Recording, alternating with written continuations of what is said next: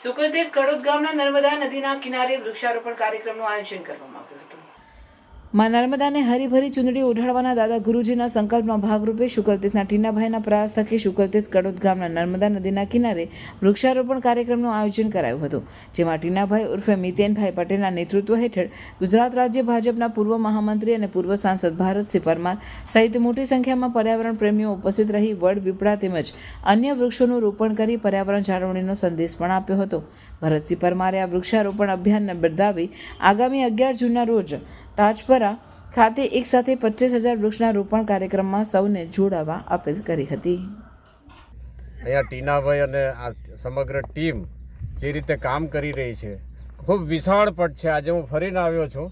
અહીંયા લગભગ 1 લાખ વૃક્ષો આપણે લગાડવા છે, વડ સાથે, ડ્રીપ ઇરિગેશન સાથે, ફેન્સિંગ સાથે, દેશી ઝાડો પણ આપણી પ્રજાતિ છે એ બધા પણ અહીંયા રોપીશું અને મા નર્મદાનો કિનારો હરિયો ભર્યો રહે। જે દાદા ગુરુની જે પ્રેરણા છે, જે 5 વર્ષથી નર્મદા જળ પર છે, એમની પ્રેરણાથી આ કામ શરૂ થયું છે। મા નર્મદાના આશીર્વાદ છે કે આપણે આ લક્ષ્યાંક પૂરો કરીશું। સાથે સાથે એના જ ભાગરૂપે તાજપરા ખાતે 11 જૂને 25,000 વૃક્ષો એક સાથે લાગશે, ફેન્સિંગ સાથે, ડ્રીપ ઇરિગેશન સાથે। તો એમાં પણ ભરૂચની આ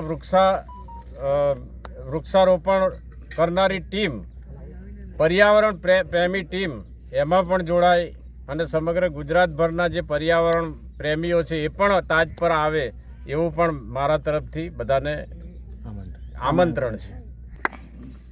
પ્રાણી દેવો ભવ।